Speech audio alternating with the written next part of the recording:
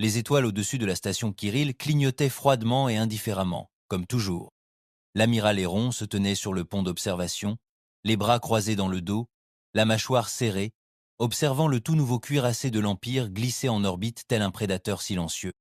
Sa coque était d'argent pur, poli à l'extrême, flanquée de croiseurs d'escorte peints du sceau de l'Empire des Girons, un soleil rouge dévorant une planète bleue. Il ne broncha pas, il ne scia pas. Mais à l'intérieur, la chaleur montait.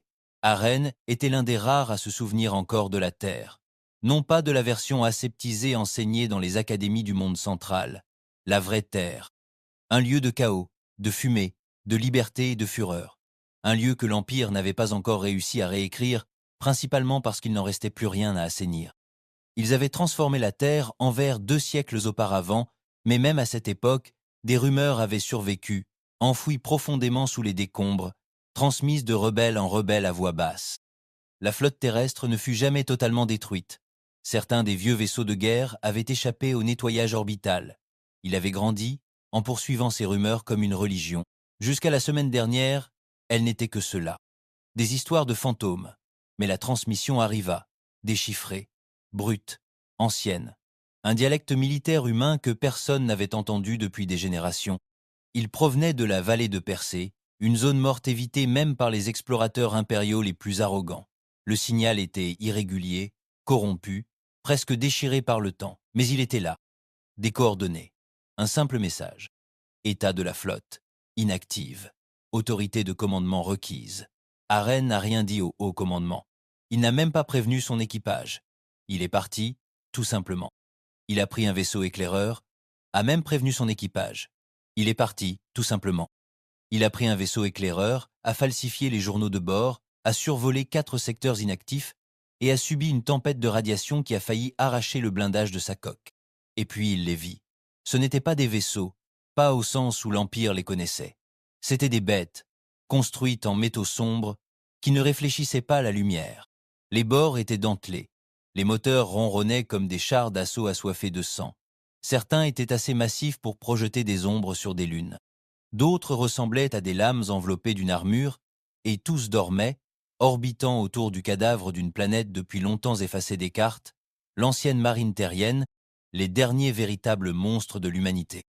Et lorsqu'il transmit l'ancien code, son cœur battant plus fort que les moteurs, les navires s'agitèrent, pas tous simultanément, pas en fanfare, mais comme des loups reniflant le sang. Les lumières clignotèrent, les canons s'ajustèrent, les coques se déployèrent comme des ailes déployées après un long sommeil, et une voix répondit, une autorité confirmée, attendant des directives. Arène avait pleuré, comme un homme qui aurait trouvé Dieu dans un tombeau. Il se tenait maintenant sur la station Kirill, faisant comme si de rien n'était. Il observait l'Empire se préparer à une nouvelle opération de nettoyage dans la ceinture de Tarsa. Une nouvelle rébellion qu'ils écraseraient sous les bottes de la propagande et du plasma. Ils ignoraient ce qui les attendait. Aaron en avait déjà donné l'ordre. L'ancienne flotte était en route, et il ne venait pas pour négocier. Il venait pour montrer aux étoiles que les humains n'étaient jamais apprivoisés. Un léger ping résonna dans la pièce. « Monsieur », dit la voix de son aide de camp, un jeune lieutenant trop novice pour se méfier. Des capteurs longue portée venaient de détecter plusieurs vaisseaux non identifiés pénétrant dans la zone de Kirill. Arène ne se retourna pas. Transmet-il? L'aide de camp hésita. Non, mais monsieur, ils sont vieux, vraiment vieux. Certains ne correspondent à rien dans la base de données, même pas à des déchets pirates. Arène sourit. Ils n'auront pas besoin de transmettre. Les étoiles scintillèrent dehors. L'espace d'un instant, juste un scintillement, le vide parut plus sombre, comme si quelque chose l'avait bloqué. Puis un autre, puis un autre. La voix de l'assistant tremblait maintenant. Monsieur, l'un des vaisseaux vient de verrouiller ses capteurs de visée sur le Dreadnought. Dois-je? Reposez-vous, interrompit Arène. Ce n'est pas votre combat. Puis il murmura, plus pour lui-même que pour quiconque, que c'est l'histoire qui se corrige. À bord du Dreadnought impérial, la couronne du sol, des alarmes hurlaient dans les couloirs comme des banchés en feu. Les membres de l'équipage couraient d'un poste à l'autre, leurs bottes martelant le sol métallique, leur sang-froid autrefois fier brisé par les informations rapportées par leurs instruments. Personne n'avait jamais rien vu de tel, même dans les archives les plus profondes des archives de guerre de l'Empire. Le commandant Valrek l'officier supérieur du Dreadnought, hurlait des ordres sur la passerelle. C'était un homme au visage dur, dont l'œil était habitué à repérer les faiblesses, tant chez ses ennemis que chez son équipage. Mais maintenant, ses yeux étaient écarquillés de confusion. D'où diable sortait-il? Grogna-t-il en frappant l'holoconsul d'un poing ganté. L'écran s'est figé sous la pression, mais s'est rétabli, offrant une image terrifiante. 9 imposants navires de guerre encerclaient le cuirassé en formation lâche. Ni agressifs, ni évasifs, juste en train de tourner en rond, tels des loups dans l'espace froid. Ils sont apparus comme ça, monsieur, répondit son officier tactique, un enseigne pâle et ruisselant de sueur. Les capteurs les ont détectés trop tard, une sorte de technologie de déplacement inédite. Varek fixa le plus grand des vaisseaux. Il éclipsait la couronne de l'âme, non pas en longueur, mais en masse. On aurait dit qu'il avait été forgé à partir d'une étoile effondrée, plaqué d'une armure carbonisée sans un signe. Pas de lumière, pas de fenêtre, juste l'obscurité et un but. La voix de l'enseigne se brisa. Je pense qu'ils veulent nous faire savoir qu'ils n'ont pas besoin de furtivité. Ils veulent qu'on les voie. Valrek serra les mâchoires. Visez-les, verrouillez tous les canons, déployez-les. Mais monsieur, faites-le. Il n'allait pas se laisser guider par la peur. Ces reliques pouvaient être d'anciens mastodontes pirates pilotés par des IA stupides ou une flotte rebelle disparue depuis longtemps, tentant de s'improviser une place dans les négociations. Mais s'ils tiraient les premiers, la couronne de Sewell répondrait par la colère de l'Empire. Quelques secondes plus tard, le tableau de commande s'illumina en rouge. « Visée terminée », murmura l'enseigne. Missiles, lasers, canons à rail, tout était verrouillé. Valrek expira par le nez. Voyons si les fantômes saignent, mais avant que l'ordre ne quitte ses lèvres, le vaisseau de guerre central, le plus gros, bougea. Ni vite, ni violemment, juste un lent pivot, tournant jusqu'à ce que la surface plane de sa coque massive fasse face au sommet de Saul. Des symboles s'illuminaient sur ses flancs d'un jaune vif et archaïque. Pas un langage impérial, pas même traduit. Juste un message, un ancien code de combat humain. Engagement confirmé. Puis l'enfer se déchaîna. Le premier coup de feu ne fit pas l'effet d'un canon. Il ne fit même pas un bruit. L'espace entre le Dreadnought et l'ancien vaisseau était vide. L'instant d'après, un rayon de matière incandescente traversa les boucliers avant de la couronne de sol comme du papier mouillé. Le cuirassé gémit en basculant violemment. Les lumières vacillèrent, les ponts s'assombrirent, des cris fusèrent dans les communications. « Qu'est-ce que c'était que ça ?» rugit Valrek. Touché direct, s'écria l'enseigne.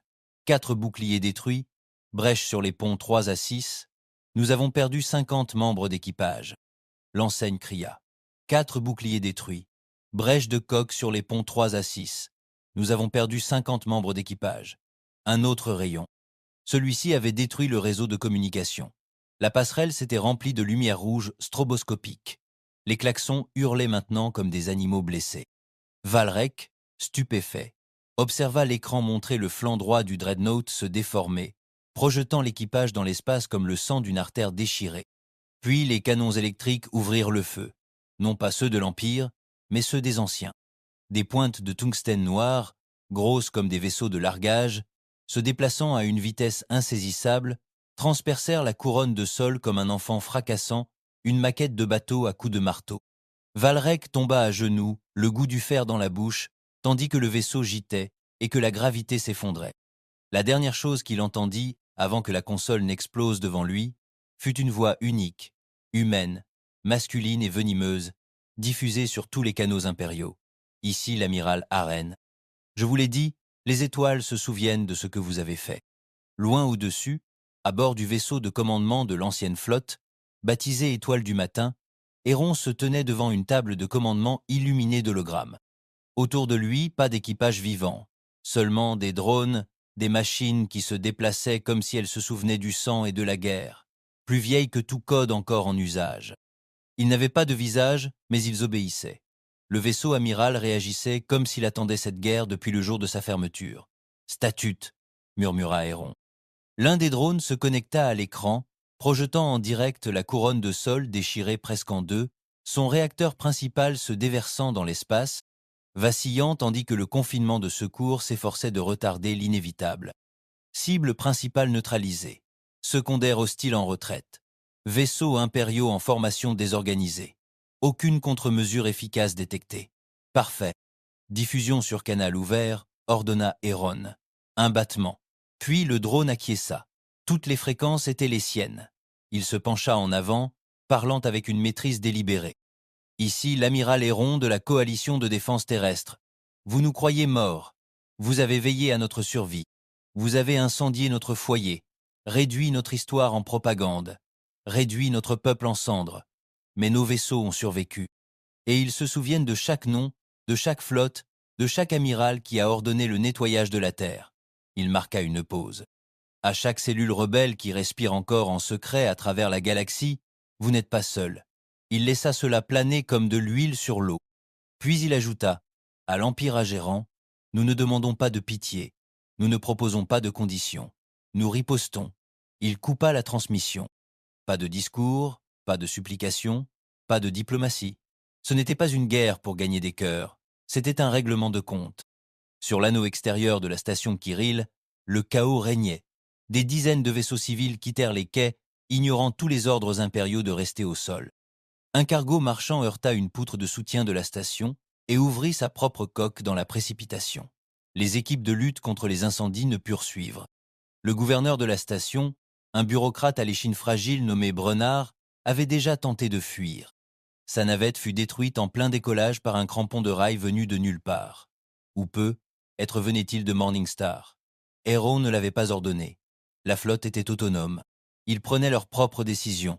Et s'ils décidaient que les lâches devaient être brûlés, Héron ne contesterait pas. De retour sur le pont de Morningstar, il observa l'écran tandis que d'autres navires de guerre sortaient de leur cachette. Au moins 20 pour l'instant. Peut-être d'autres systèmes attendaient encore son signal. Ils n'avaient pas tous réussi à s'échapper ensemble. L'ancienne flotte avait été dispersée par le désespoir, la rupture des chaînes de commandement et l'ampleur de la mort de la Terre. Mais leurs IA étaient conçus selon un protocole inviolable, à la réception du signal Oméga chute de terre, rassemblement. Réveillez-vous, défendez-vous. Le protocole était resté inactif pendant 200 ans. Le tout revint à la vie comme une avalanche. D'autres signaux lumineux s'allumèrent dans tout le secteur. Des vaisseaux de guerre humains, d'une antiquité incroyable, rejoignaient les leurs. De lourds croiseurs au blindage marqués par des siècles de dérive dans l'espace obscur. Des frégates d'assaut sans équipage vivant, pilotées par des IA folles de chagrin. Des plateformes d'artillerie subspatiale qui n'avaient pas tiré depuis des siècles se réchauffèrent à nouveau, et toutes pointées vers l'Empire. Dans les systèmes centraux impériaux, la nouvelle se répandit plus vite que les capteurs ne purent l'infirmer. Des colonies rebelles entières s'illuminèrent pour célébrer. Des transmetteurs cachés dans des quartiers pauvres diffusèrent le message à travers des réseaux saturés de surveillance. La Terre vit, la vieille flotte s'élève. L'humanité est de retour. Mais dans les tours dorées de la classe dirigeante de l'Empire, la nouvelle ne fut pas accueillie avec joie. L'impératrice elle-même, figure intemporelle plus symbole que souveraine, convoqua un conclave d'urgence. Les généraux argumentèrent, les ministres du renseignement démentirent, et les analystes ne trouvèrent rien à déformer en propagande. Car les images ne mentaient pas. Le plus puissant vaisseau de guerre de l'Empire, le Sol's Crown, avait été déchiqueté comme un tissu. Aucun extraterrestre n'avait jamais fait ça, seuls les humains. Des humains anciens et furieux. On ne pouvait pas les prendre pour des rebelles. Ce n'étaient ni des pirates, ni des terroristes. C'étaient les derniers vestiges de la seule force militaire que l'Empire ait jamais redoutée avant d'effacer la Terre de la carte. Et voilà qu'ils étaient de retour, avec une vengeance avivée par les siècles. L'impératrice ne prononça que 3 mots avant que la salle ne se taise. Trouver leur source. Mais il était déjà trop tard. La flotte ne se cachait pas. Elle arrivait. La périphérie du système Tyrell était censée être tranquille. L'Empire avait depuis longtemps pacifié les colonies minières, y installant des gouverneurs obéissants, les débarrassant de toute trace culturelle de ses racines humaines. La région avait été vidée de ses ressources, sa population remplacée par des travailleurs sous contrat et des administrateurs synthétiques soumis au seul contrôle de l'Empire. Mais lorsque le premier des anciens vaisseaux de guerre arriva, l'écho de poussière, un croiseur d'assaut planétaire dont la coque portait encore les marques de brûlure de la chute de Mars, il ne posa aucune question. Il n'a envoyé aucun avertissement. Il est simplement descendu au-dessus de Tyrell 5 et a lancé sa charge utile. Des frappes cinétiques de la taille de gratte-ciel sont tombées de l'orbite. Aucune signature énergétique, aucune interférence électronique, juste la gravité et la masse. Un millier de tonnes de jugements sont tombés du ciel froid et impitoyable. Le poste d'écoute de l'Empire s'est éteint en premier, puis le réseau de défense, puis la tour de contrôle orbitale. En quelques minutes, la surface de Tyral 5 fut réduite à des cratères et à des océans bouillonnants, non pas parce qu'Echo de la poussière aimait le massacre, mais parce que cette planète avait abrité le réseau de commandement qui avait ordonné les premiers bombardements atmosphériques de la Terre 200 ans auparavant. Des noms étaient attachés à ces ordres. Aren avait les enregistrements et les vérifiait un par un. Au loin, à bord de Morningstar, l'amiral Aren se tenait silencieux tandis que les images de Tyral 5 s'éteignaient. Il regardait les flammes s'éteindre, les nuages se noircir de cendres, les océans siffler. L'un des drones tourna la tête vers lui. Il n'avait pas de visage, seulement une plaque incurvée de titane et de faibles capteurs rouges à la place des yeux. Il parlait d'un ton ancien de la flotte terrestre, monotone, froide, efficace, cible éliminée, infrastructure civile non essentielle, confirmer la prochaine directive. Aren resta silencieux un long moment, puis il se dirigea vers la console et afficha le nom suivant dans l'annuaire. Le commandant Gelart Tyne, officier impérial à la retraite, vivait désormais dans un luxueux habitat orbital au-dessus de Pharos 6, loin de toute zone de guerre, sirotant du vin en costume, tandis que l'Empire écrasait des millions de vies. Il appuya sur la commande. Cible acquise, confirma le drone. Pendant ce temps, au cœur du système de la capitale de l'Empire, des fissures commençaient à se propager. Non pas dans les piliers de marbre du pouvoir, mais dans l'esprit de ceux qui régnaient derrière eux. Le général Alvec a déposé son ardoise sur la table de guerre. Ce n'est plus une insurrection, c'est la guerre. Stratégique, coordonnée, calculée. Ces navires connaissent notre situation. C'est la guerre, stratégique, coordonnée, calculée. Ces navires connaissent nos formations. Ils connaissent nos angles morts. Ils attaquent nos réseaux de commandement, pas seulement nos colonies. La salle était tendue, emplie d'une peur masquée par la fierté. La terre a été anéantie. Ricana la conseillère Prine, une femme rondelette qui n'avait jamais vu de vraie bataille. C'était une nécessité tactique. Leurs vestiges sont sans importance. Alvec pinça les lèvres. Allez dire ça à la couronne de Sol, à Tyral 5, ou aux 4 autres systèmes plongés dans le noir ces dernières 48 heures. Quelqu'un d'autre, plus jeune et plus discret, leva la main. Et si cette flotte n'avait jamais fait partie du réseau rebelle, et si elle était plus ancienne, pré-purification, cette pensée fit taire même les plus sceptiques. Car si c'était vrai, si ces navires de guerre étaient antérieurs à l'avènement de l'Empire, alors ils n'étaient pas seulement des rebelles. Ils étaient des fondateurs. Les premiers défenseurs de la Terre avant que l'Empire ne les réduise à néant. Et s'ils avaient dormi tout ce temps, attendant, c'est qu'ils étaient revenus non pas pour des raisons politiques, mais pour se venger. La nouvelle se répandit rapidement dans les profondeurs de la galaxie. Dans les camps d'esclaves de Wexlar 9, où des générations d'ouvriers avaient travaillé à main nue sur la pierre radioactive, la nouvelle tomba comme un éclair. Des vaisseaux de guerre humains avaient détruit un cuirassé impérial, et ils ne se cachaient pas. Des vieillards à la peau brûlée murmuraient le nom de la flotte terrienne comme une prière. Dans des communautés cachées sur des ceintures d'astéroïdes, des rebelles qui avaient perdu espoir recommencèrent soudain à alimenter leurs vieux émetteurs. Ils ne savaient même pas qui ils appelaient. Ils savaient juste que quelqu'un, quelque part, ripostait.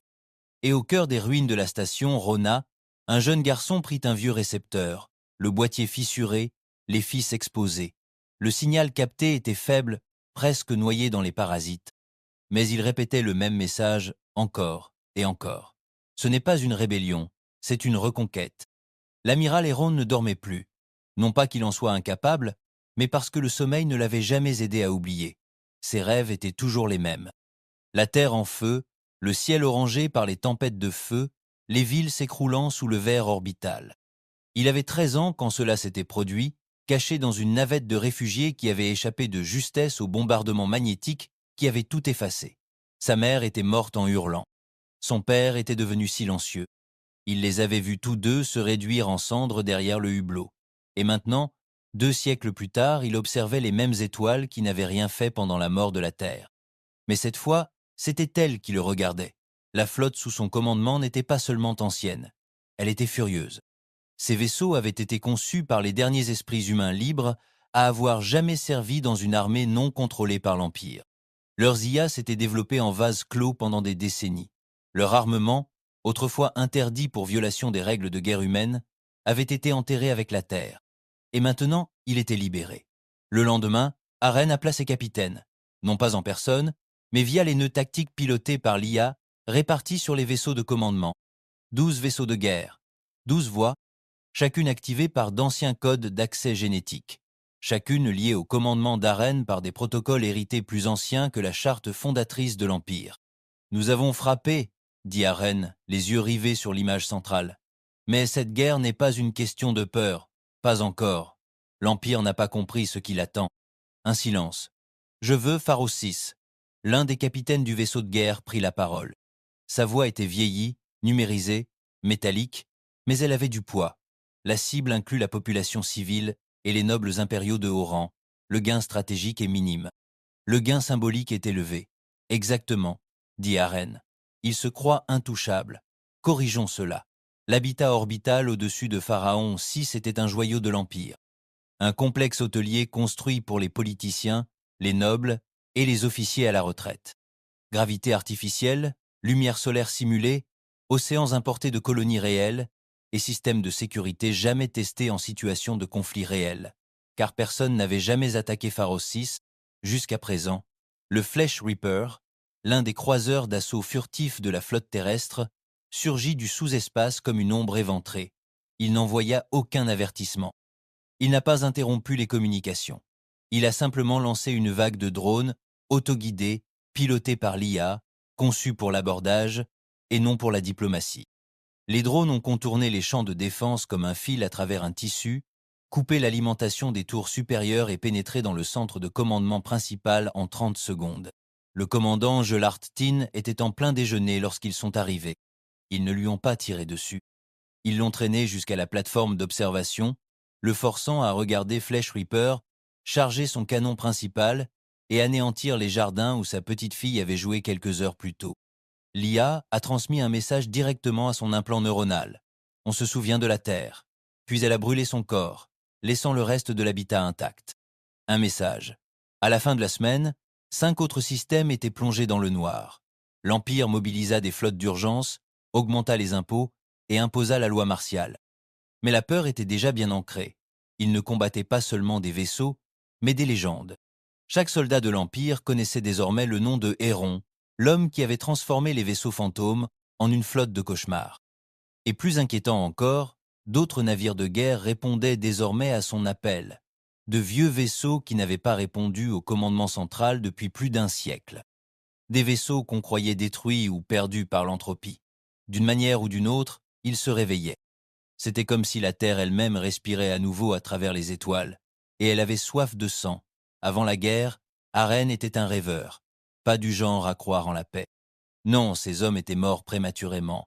Ils rêvaient de vérité, non pas celle que l'Empire diffusait, mais la réalité enfouie sous tous les mensonges polis. Ses camarades de classe défilaient dans des défilés approuvés par l'Empire, arborant des drapeaux cousus par des esclaves. Ils savaient que quelque chose clochait. Mais connaître la vérité au sein de l'Empire n'était pas noble, c'était fatal. Il avait 17 ans lorsqu'ils surprirent son frère en possession de données interdites. Des enregistrements audio des derniers diplomates de la Terre, des enregistrements de bombardements orbitaux non autorisés par un accord galactique. Ils l'ont traîné sur la place publique et ont forcé Aren à regarder. L'exécution de son frère avait été diffusée en direct comme une leçon d'obéissance. La plupart des gens ont applaudi. Aren avait souri avec eux, faisant comme si la rage ne bouillonnait pas dans sa poitrine comme une forge sans issue. Cette nuit-là, il s'est enfui de la ville et n'est jamais revenu.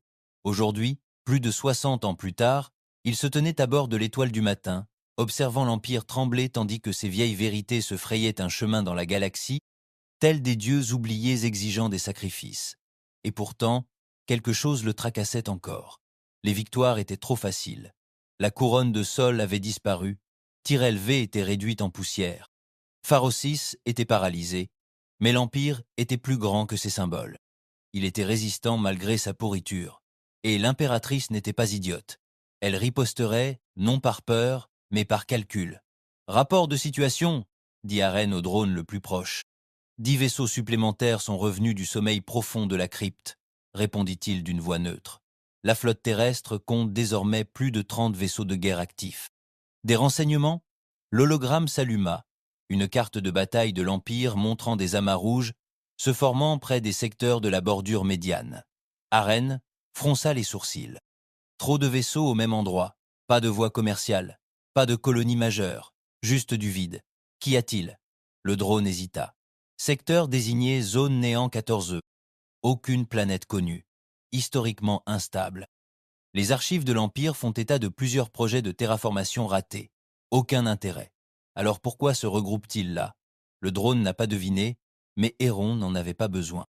Il se détourna de la console et s'engagea dans l'étroit couloir du vaisseau, ses bottes claquant doucement.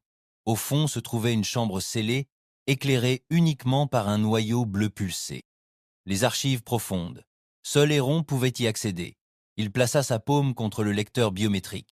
La piqûre fit couler une goutte de sang. Empreinte vocale et signature génétique confirmée. Amiral Héron, bienvenue. La porte s'ouvrit avec un grognement mécanique.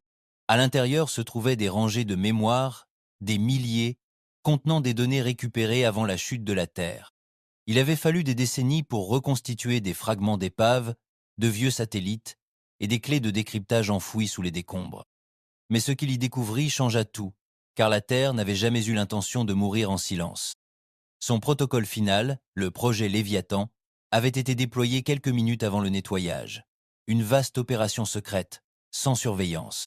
Des bases lunaires entières transformées en laboratoires d'armement, des systèmes d'IA fusionnés avec des esprits humains, des vaisseaux de guerre qui brisaient toutes les lois de la physique connue de la galaxie. Et il avait disparu, non pas détruit, non effacé, juste scellé, dans la zone néant 14E. Au cœur de l'Empire, l'impératrice se tenait devant son cabinet de guerre, le visage sculpté dans la pierre. Il la trahissait. Chaque jour, de plus en plus de systèmes signalaient une activité de la flotte terrienne. Chaque jour, de plus en plus de citoyens murmuraient des mots comme « résistance » et « vengeance ». Des bataillons entiers firent défection, surtout ceux issus de lignées humaines, jurant fidélité au nom d'Arène. « Assez », dit-elle, faisant taire les arguments. « Nous ne pouvons pas continuer à jouer la défensive. » L'un de ses généraux s'éclaircit la gorge. « Nous déployons la directive égide, votre grâce. » Le silence retomba dans la salle. Même l'impératrice haussa un sourcil. La directive était verrouillée. La voix du général tremblait. « Nous l'avons déverrouillée. » Elle y réfléchit. La directive avait été un dernier recours, une initiative secrète enfouie sous une montagne de violations d'éthique et de documents classifiés. Elle avait été conçue pour être utilisée contre des insurgés extraterrestres, jamais contre leurs semblables. Mais les temps désespérés n'avaient plus de limites à franchir. Elle avait été conçue pour être utilisée contre des insurgés extraterrestres, jamais contre leurs semblables. Mais les temps désespérés n'avaient plus de limites à franchir. Où en est le prince sacré? En route pour la zone néant 14E, dit le général, avec toute la force de suppression du Léviathan. L'impératrice hocha légèrement la tête. Puis elle sourit. Laissons Héron trouver ce qu'il cherche. Ce sera la dernière chose qu'il verra. 3 jours plus tard, Morningstar émergea de la distorsion près de la limite extérieure de la zone de vide 14E. Rien ne bougea.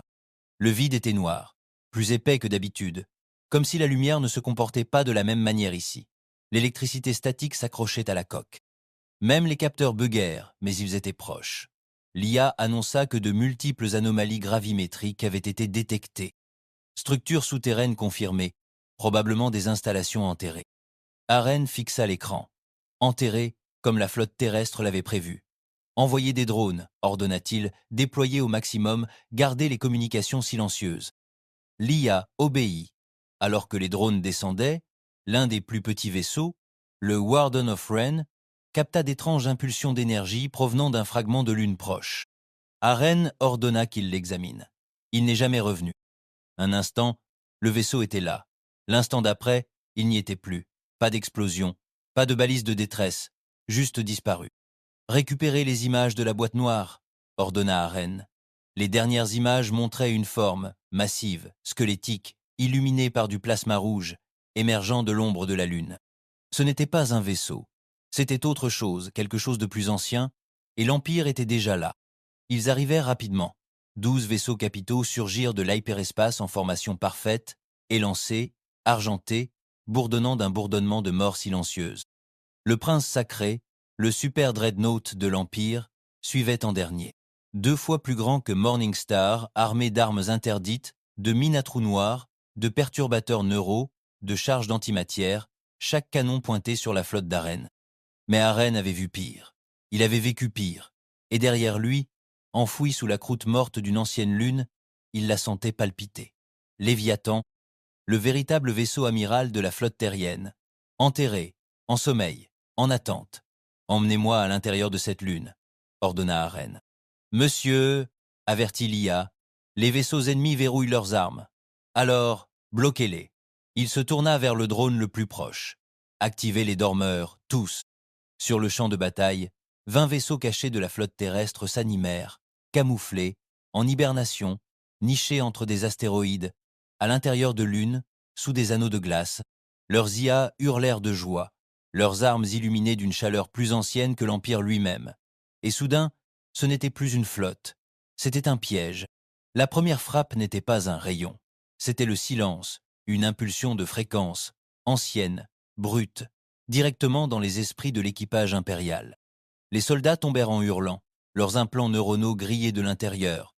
Les systèmes du vaisseau furent coupés, les communications furent coupées. Puis la seconde frappe arriva. Crampons de rail, missiles thermobariques, charge de plasma trop rapide pour être esquivés. Les vaisseaux de l'Empire rompirent leur formation.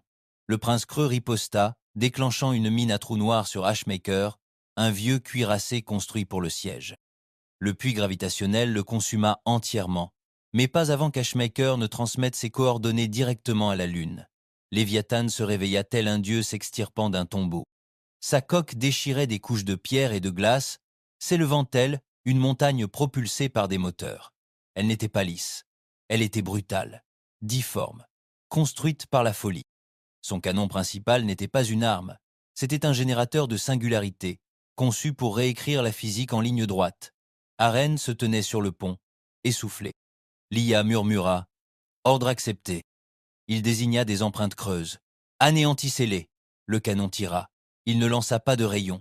Il lança une absence, un noyau d'effondrement gravitationnel qui engloutit tout sur son passage. Les empreintes creuses tentèrent de reculer. Il n'y parvint pas. L'espace autour de lui se courbait sur son passage. Le prince Creux tenta de battre en retraite. Il n'y parvint pas. L'espace autour de lui se courbait. Le temps s'arrêta. Les lumières vacillèrent. Puis le vaisseau le plus puissant de l'Empire se replia sur lui-même. Disparut. Il ne restait même plus que des débris. Aren observait le champ de bataille. Les vaisseaux de l'Empire se dispersaient. Certains se rendaient.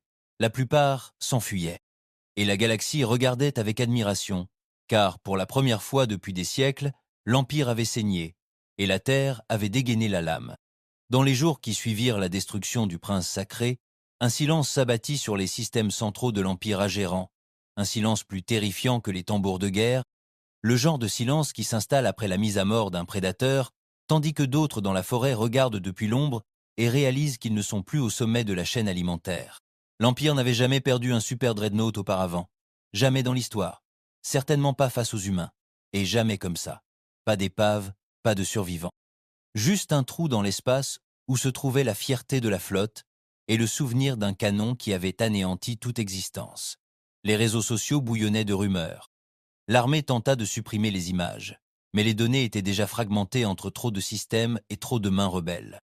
Des clips furent coupés, mis en boucle, ralentis, disséqués et réassemblés.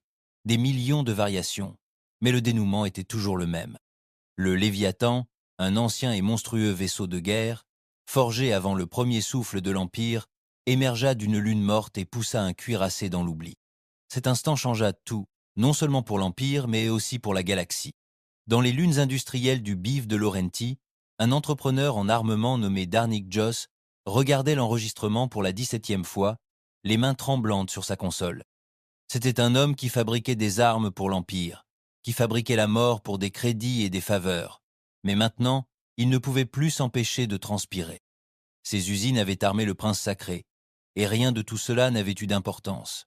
Il avait ouvert un canal privé, cryptage de bas niveau, réseau occulté. « Ici Joss », murmura-t-il, envoyant des ressources à Earthfleet. Plus de refus, plus d'offres. Dites simplement à l'amiral Héron que nous avons fini de jouer sur les 2 tableaux. Il coupa le signal et ordonna immédiatement le détournement d'un demi-milliard de tonnes d'alliage vers des coordonnées non enregistrées près du Val de Persée. Il n'était pas le seul. En une semaine, 17 officiers de haut rang ont déserté la marine impériale. Certains ont pris la fuite, d'autres ont fait demi-tour en pleine patrouille. Un capitaine a fait exploser son propre croiseur plutôt que de le laisser utiliser contre les forces de la flotte terrienne. La plupart n'ont pas expliqué les raisons de leur défection, mais un lieutenant a laissé un message. Nous ne combattons plus les rebelles. Nous combattons l'histoire, et l'histoire vient de se réveiller en colère. Sur Morning Star, l'amiral Héron était assis seul dans ses quartiers, regardant des vidéos de la Terre d'autrefois. Des fragments de culture reconstitués par l'IA à partir d'archives corrompues, des enfants jouant sur les plages, des reportages d'avant le nettoyage, un mariage dans ce qui était autrefois la Californie, rire, musique, chaos, couleurs, vie, le genre de vie qui ne correspondait pas à l'idée stérilisée de l'humanité que l'Empire se faisait. Il ne se souvenait plus de l'odeur des océans, ni du bruit du vent, mais il se souvenait de la rage, et maintenant l'Empire la ressentait aussi. La porte sonna.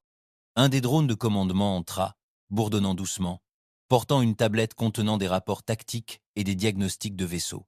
Mais Héron la repoussa d'un geste. « Oubliez les chiffres, marmonna-t-il. Dites-moi juste ce qui ne va pas. » Le drone marqua une pause. La moitié de nos vaisseaux nécessitait une restauration de coque. 6 n'avaient plus de réacteurs de secours. Les réserves de munitions étaient critiques. La synthèse énergétique était inférieure à 70%. La latence de l'IA avait augmenté en raison de la pression exercée sur le cœur. Bref, ils saignaient.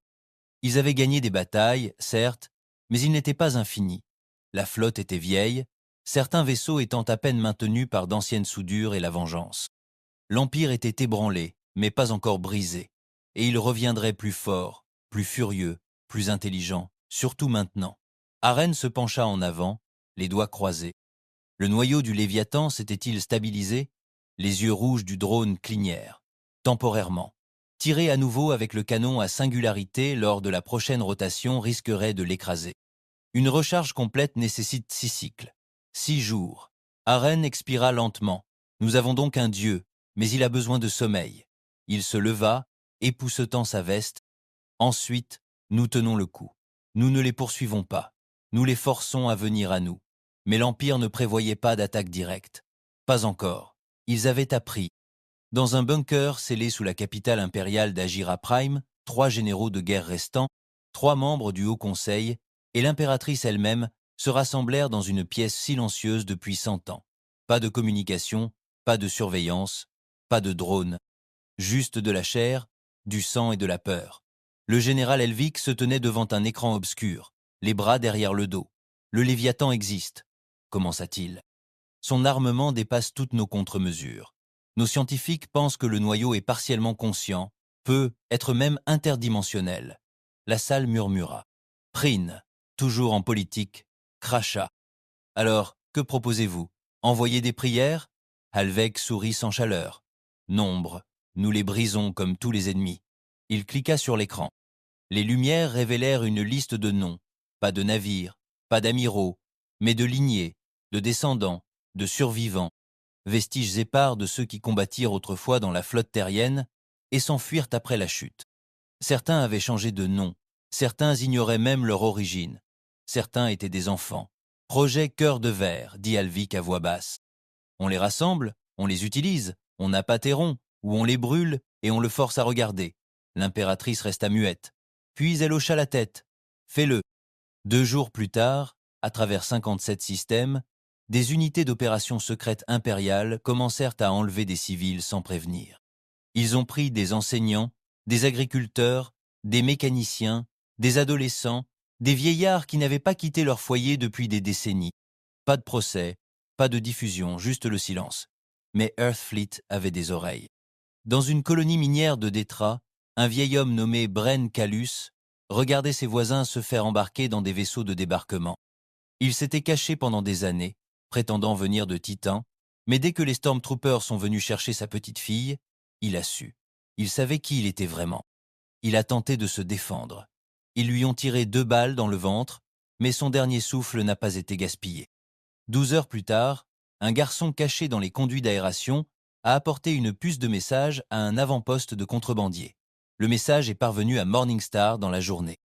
Aren n'était pas enragé. Il ne criait pas.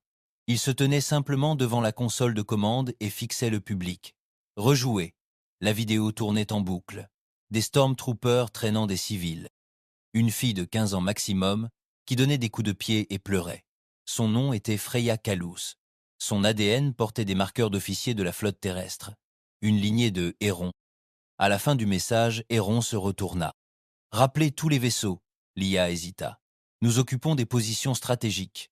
Tous les vaisseaux. » Il s'avança. « Nous avons assez joué au vieux jeu. Tactique, positionnement, frappe chirurgicale. » Sa voix se fit plus froide. « S'ils veulent utiliser notre sang contre nous, qu'ils comprennent ce que nous sommes sans lui. » Il activa le corps Léviathan. Plus d'ombre, plus de fantômes, plus d'avertissements. La flotte scintilla à travers les étoiles, se rassemblant telle une tempête.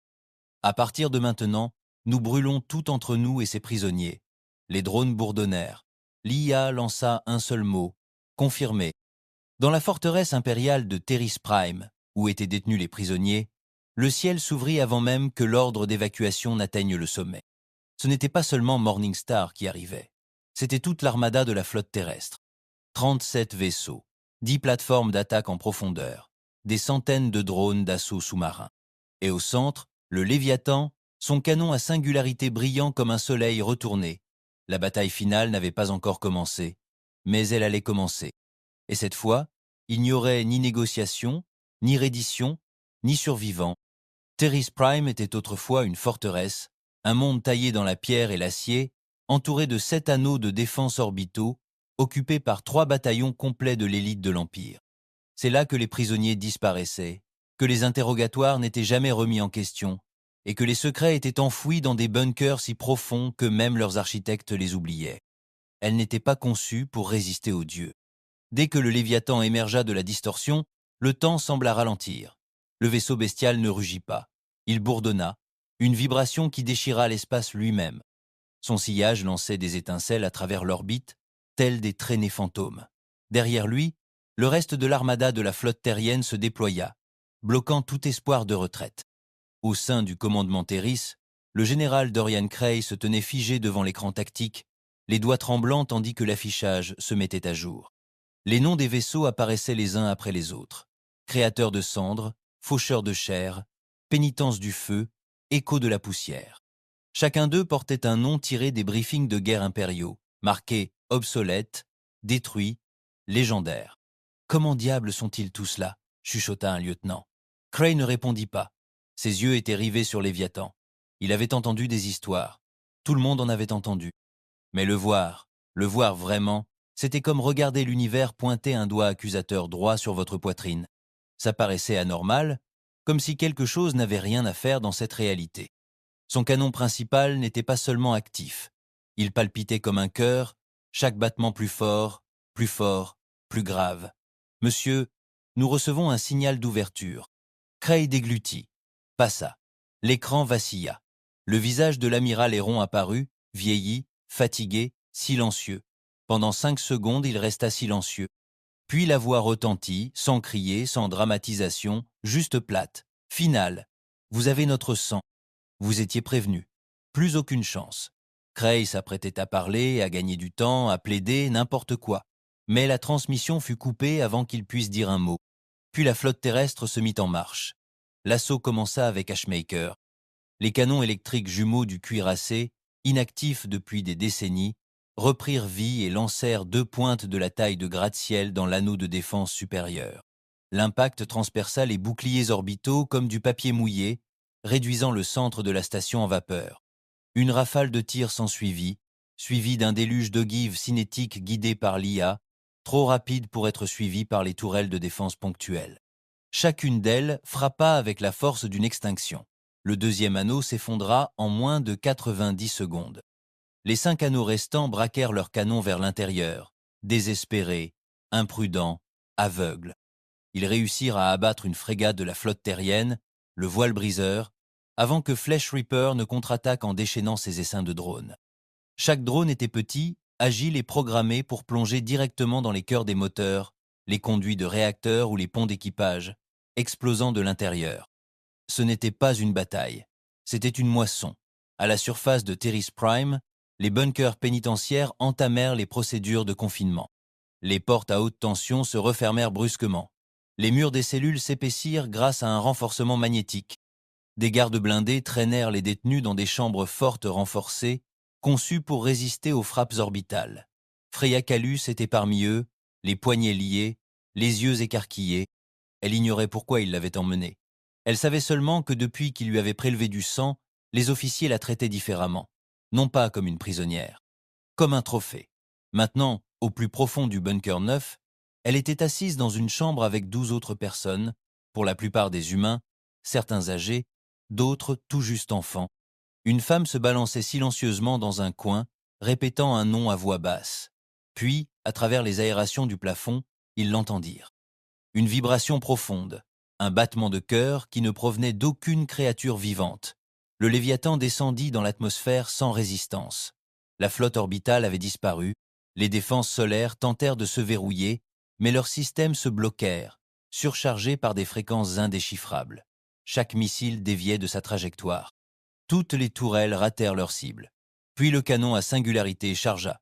Depuis l'orbite, on aurait dit que le ciel était transpercé par le doigt d'un dieu. Le rayon ne toucha aucun bâtiment. Il frappa le soubassement rocheux sous la prison. Il le détruisit. L'onde de choc renversa les bâtiments comme des cartes à jouer. Des blocs sentiers furent soulevés dans les airs avant de s'écraser comme des feuilles mortes.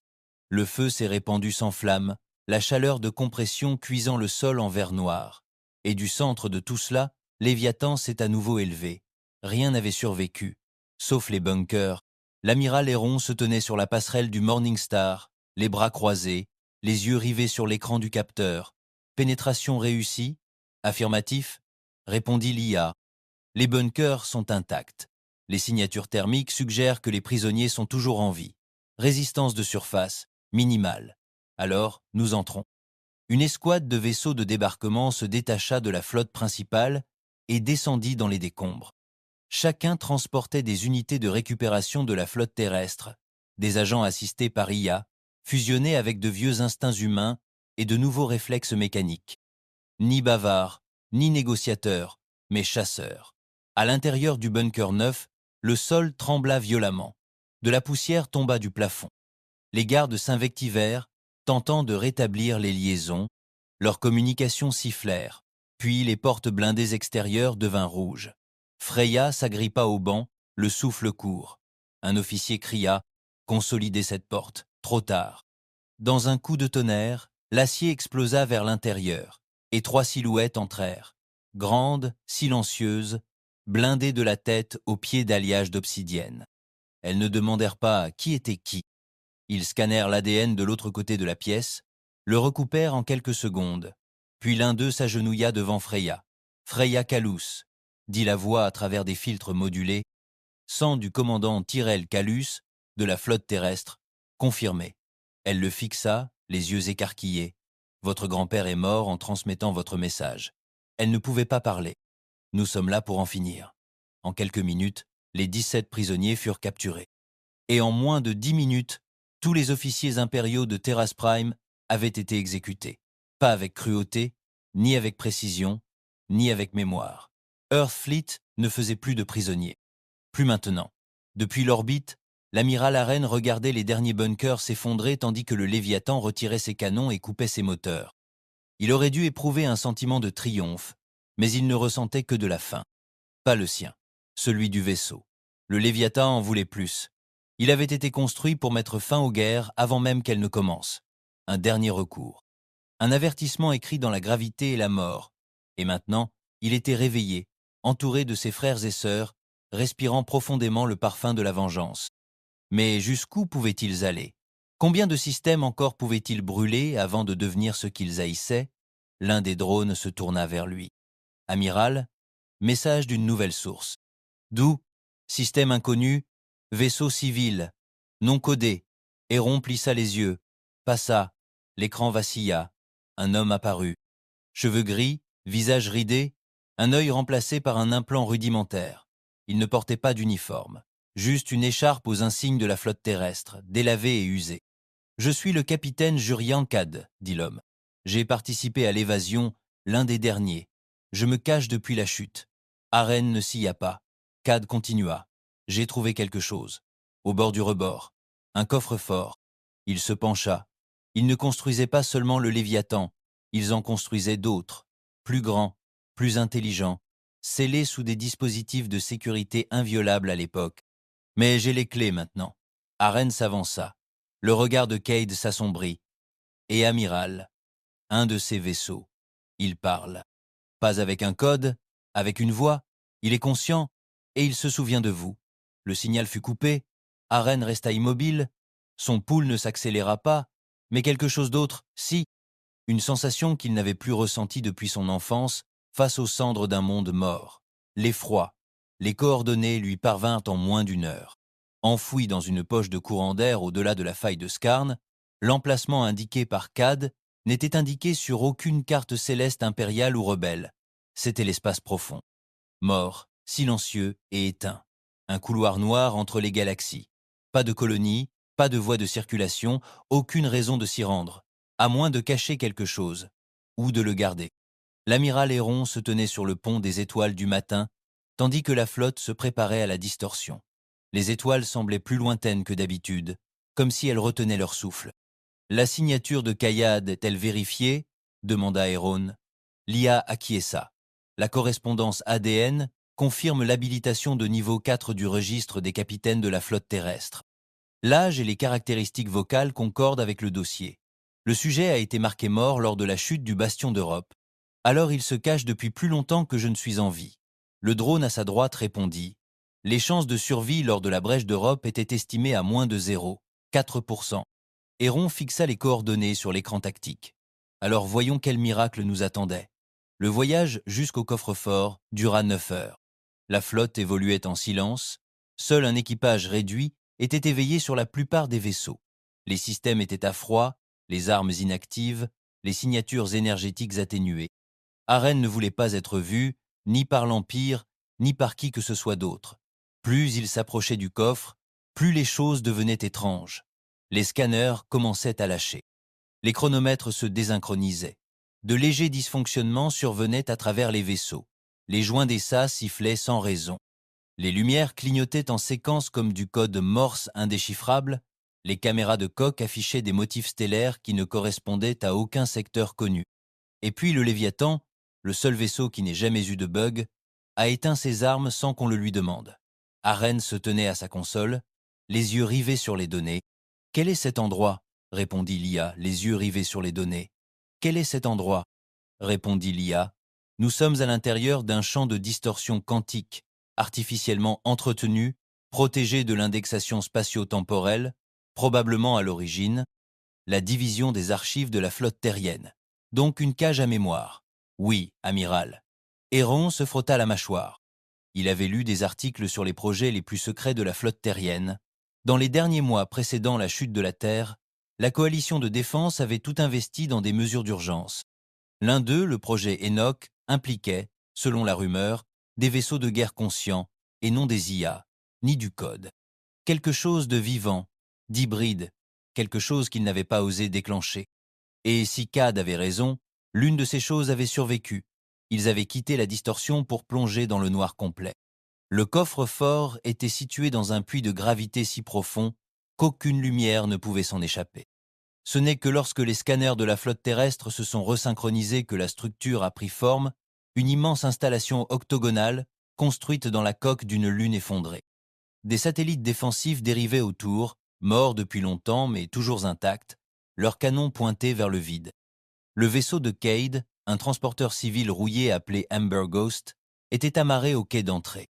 À l'approche de la navette de Héron, les portes du quai s'ouvrirent lentement, grinçant comme de vieux poumons, aspirant la poussière après des siècles d'immobilité. Ils entrèrent. Jurian Cade attendait. Son corps avait vieilli. Il avait sans doute prolongé sa vie grâce à des traitements du marché noir et à des protocoles de sommeil froid. Mais sa voix portait toujours le commandement. Il esquissa un léger sourire à l'approche d'Héron. « Tu as réussi. Je ne suis pas quelqu'un qui suit les miettes de pain, » dit Héron. Cad hocha la tête, puis se tourna vers le couloir. Par ici. Ils traversèrent en silence les couloirs faiblement éclairés du complexe. Tout était en métal, rouillé mais solide, jonché de fils électriques apparents. Il n'y avait ni drone, Ni garde, ni message de bienvenue, juste le silence et de vieilles ombres. C'était un site de repli de dernier recours, dit Cad, pas seulement un coffre-fort, mais un laboratoire. Quand Earthfleet comprit que la guerre était perdue, ils ne cachèrent pas seulement des armes, ils cachèrent des idées interdites. Il s'arrêta devant une porte blindée scellée. C'était ce qu'il craignait le plus. Il actionna une serrure génétique. La porte s'ouvrit en sifflant. À l'intérieur se trouvait une salle de la taille d'un stade. Au centre, suspendu dans une toile d'énergie, se trouvait un vaisseau, élégant, noir, construit dans un alliage que Héron ne reconnaissait pas. Ses courbes étaient artificielles, presque organiques. La coque avant s'ouvrait sur une gueule tapissée de filaments lumineux tels des veines. Le pont n'avait ni fenêtres, ni canons extérieurs, ni hublots. Il respirait. Cad le contemplait avec une sorte d'émerveillement. Ils l'appelèrent Nyx, conçu pour surpasser en réflexion, en manœuvre et en survie toute flotte jamais conçue. Son cœur n'est pas une IA, mais une conscience hybride. Humain ? Demanda Héron à voix basse. Oui, répondit Cad. Donateur volontaire, malade en phase terminale, héros de guerre, scientifique. Leurs esprits furent transférés, fusionnés au cœur de Nyx. Elle ne dirige pas le vaisseau. Elle est le vaisseau. Héron s'approcha. La pièce sembla se refroidir à mesure qu'il approchait. Et elle sait qui tu es, ajouta Cad. La pièce vibrait, non pas les lumières, mais l'air lui-même. Un léger bourdonnement résonna dans les os de Héron. Les capteurs avant du vaisseau, si c'était bien cela, se tournèrent lentement vers lui. Puis une voix, non pas dans des haut-parleurs, mais dans sa tête. Tu es en retard. La colonne vertébrale d'Aren se redressa. Son pouls s'accéléra. Il ne répondit pas à voix haute. La voix continua, calme et lente. Féminine mais pas douce. On m'avait dit que vous étiez morts. Vous tous. Mais j'ai entendu le ciel se déchirer la semaine dernière. J'ai senti Léviathan se réveiller. Je me suis souvenu du bruit du feu. Aren a retrouvé sa voix. Tes pseudos, je suis ce qu'il en reste. Ceux qui refusaient de se rendre, ceux qui restèrent derrière quand les derniers transports s'enfuirent. Ceux qui me disaient de m'enterrer dans la machine et de me laisser rêver de feu. Il prit une inspiration. On a besoin de toi. Je sais. Les lumières au-dessus de moi vacillèrent tandis que Nyx se remit en marche. Les câbles alimentant son cœur se détachèrent. Les boucliers tombèrent. Les relevés d'énergie grimpèrent en flèche. Tu veux terminer ce que nous avons commencé ? Dit Aren. Alors laisse-moi te montrer le reste d'entre nous. Un panneau s'ouvrit derrière le vaisseau, révélant un passage secret menant plus profondément dans la Lune. Aren et Cad le suivirent, passant devant des rangées de capsules scellées, chacune marquée de l'insigne de la flotte terrienne et de voyants d'état. Des centaines, peu, être des milliers. Cad fit un geste. Chacun d'eux possédait un esprit, une voix, une personne, immobilisée en stase, attendant un signal. Quel genre de signal ? Demanda Héron. La fin du silence. De retour à bord de Morningstar, la flotte terrestre attendait. Les autres vaisseaux commençaient à subir des interférences. Des murmures parasites, des fantômes de capteurs, des scintillements d'énergie parcourant la flotte. Certaines IA se turent, d'autres s'agitèrent. Le cœur du Léviathan s'éteignit brièvement, puis revint à la vie. Quand Héron revint, le pont tout entier semblait différent, tendu, à fleur de peau. Il adressa 3 mots à l'IA de commandement. « Préparez-vous à l'intégration ». L'IA hésita. L'intégration avec Nyx pourrait déstabiliser la hiérarchie de commandement existante. « Je sais, » dit Aren, « ça va tout changer. Alors ça marche. » Quelques heures plus tard, Nyx émergea dans l'espace. Elle ne volait pas comme les autres. Elle se déplaçait à travers la réalité, traversant les distances sans laisser de traces. La gravité s'incurvait autour de sa coque comme si elle ne voulait pas la toucher. Elle prit la tête de la formation. Et à travers la flotte, les autres vaisseaux répondirent. Même le Léviathan. Leurs armes se synchronisèrent.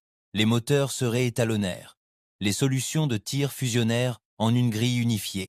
Une seule voix, un seul esprit. Earthfleet n'était plus une flotte. C'était une conscience. Dans la salle de commandement, Eren était assis seul.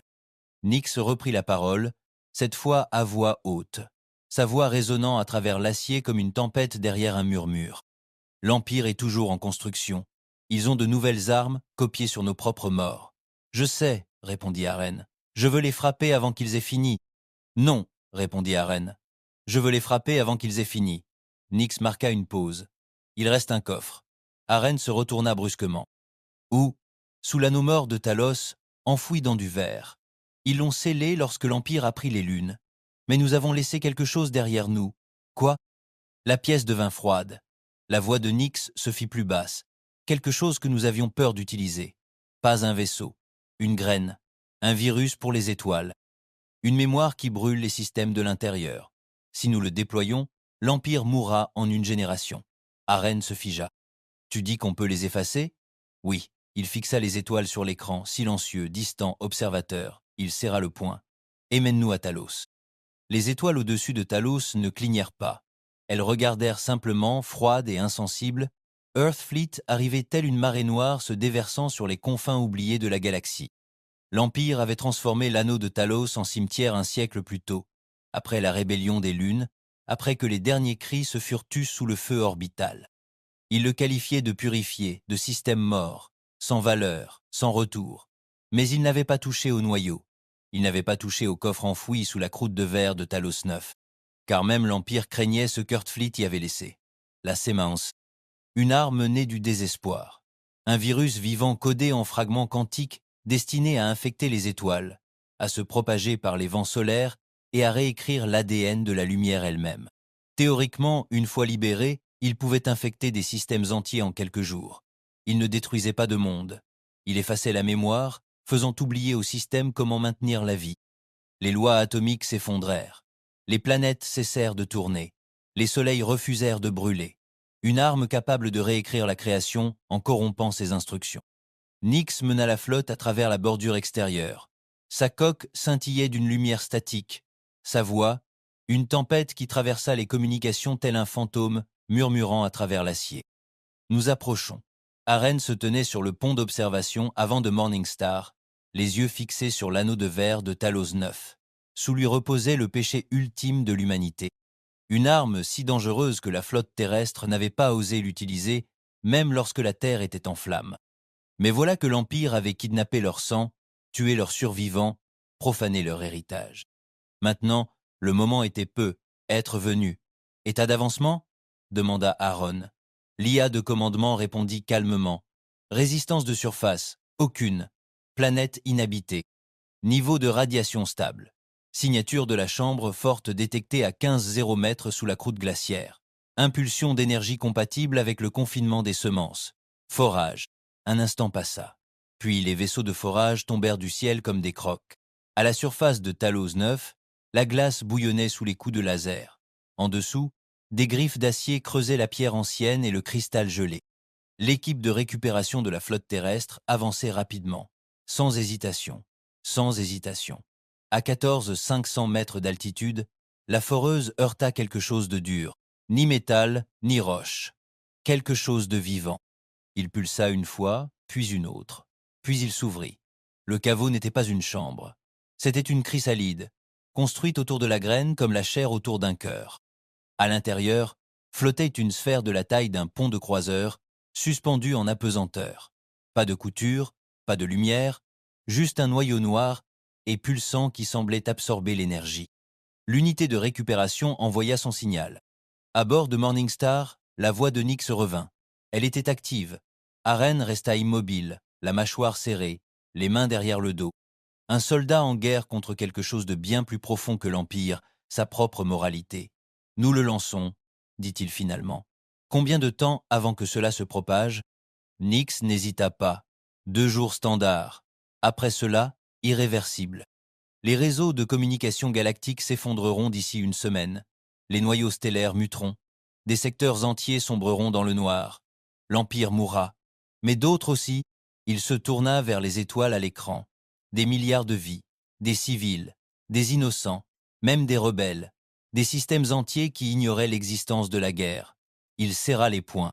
Tout ce que nous avons accompli, tout ce pourquoi nous nous sommes battus. Nous libérons ceux-ci, et nous ne valons pas mieux qu'eux. Ils ne cesseront jamais de venir, répondit Nyx. Si nous les paralysons, ils reconstruiront. Si nous brûlons leurs navires, ils en fabriqueront de nouveaux. Mais si nous éliminons la connaissance de la guerre elle-même, il n'y aura plus rien pour se battre. Un silence s'installa entre eux, puis Nyx ajouta quelque chose. La graine est consciente, amiral. Pas comme moi, pas comme la flotte. Elle n'obéit pas. Elle est affamée. Arène cligna des yeux. Quoi? Ce n'était jamais qu'un code. C'est ce qu'on appelle une souche logique. Elle infecte la pensée avant d'infecter la matière. Elle a été créée pour se nourrir des chaînes de commandement. Plus un système a d'autorité, plus vite il s'effondre. Voilà donc le prix final. Pas seulement les systèmes, pas seulement l'Empire, mais le concept même de pouvoir, murmura Arène. Cela mettrait fin à tout. Oui, il s'avança vers le bord du pont de commandement. Son reflet le fixait dans la vitre. Plus vieux, plus dur, plus fatigué. Un homme qui avait brûlé des mondes, écrasé des flottes, s'était dressé contre l'histoire et lui avait craché au visage. Mais maintenant, la plus grande arme de l'histoire humaine attendait son commandement. Il ferma les yeux et se souvint de la terre, des mains de sa mère, du rire de son frère, du rugissement du feu qui tombait, du silence qui suivit. Puis il murmura « Amenez-moi Freya, Calus ». Dans l'infirmerie de Morningstar, Freya se tenait maintenant dans un uniforme impeccable, Gris Earthfleet, l'insigne cousu au col. Son visage était pâle, mais son regard exprimait quelque chose de plus perçant que la peur, la clarté. Elle salua quand Arène entra. Il fit un geste de la main. « Tu n'es pas enrôlé. »« Pourtant, répondit-elle. Il l'étudia. « Tu sais ce qu'on a trouvé ?» Elle hocha la tête. « L'arme. » Il marqua une pause. « Tu penses qu'on devrait l'utiliser ?» Elle ne s'y a pas. « Je pense que l'Empire ne devrait plus jamais renaître. Et si les étoiles mouraient avec elle ?» Elle le fixa du regard. « Mon grand-père a dit quelque chose avant qu'il ne le tue. Il a dit « L'avenir appartient à celui qui le veut assez pour brûler tout ce qui l'a précédé. » Arène hocha lentement la tête. Puis il se retourna et retourna au cœur. La flotte s'alignait en formation au-dessus de Talos 9. Tous les systèmes étaient au vert, toutes les armes prêtes. La graine s'élevait de la surface, suspendue par des faisceaux d'énergie. Son noyau pulsait plus vite, sentant la liberté. Une soif enveloppée de lumière. Arène se tenait devant la console de commande finale. Un bouton, une simple pression. C'était tout ce qu'il fallait. Derrière lui, Nick parla une dernière fois. Une fois que ça commencera, je ne pourrai plus l'arrêter. Ça se nourrira.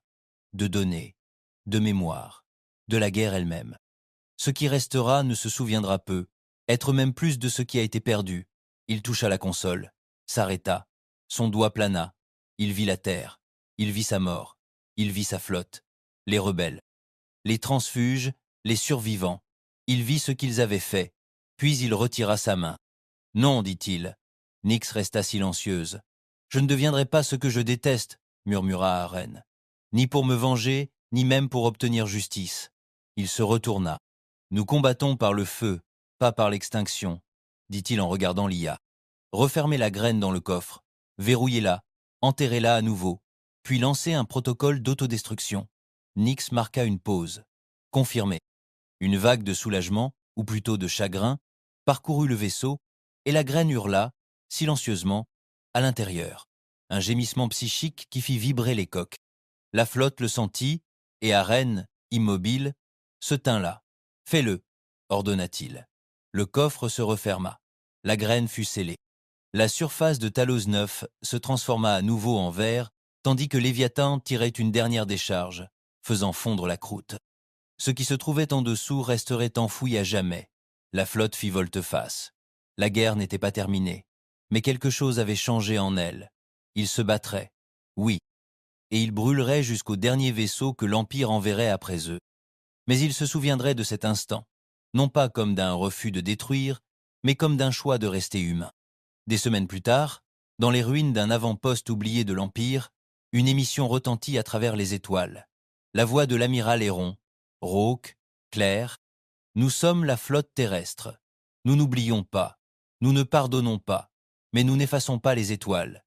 Nous les regagnons. » Et à travers la galaxie, pour la première fois depuis des siècles, les gens recommencèrent à croire.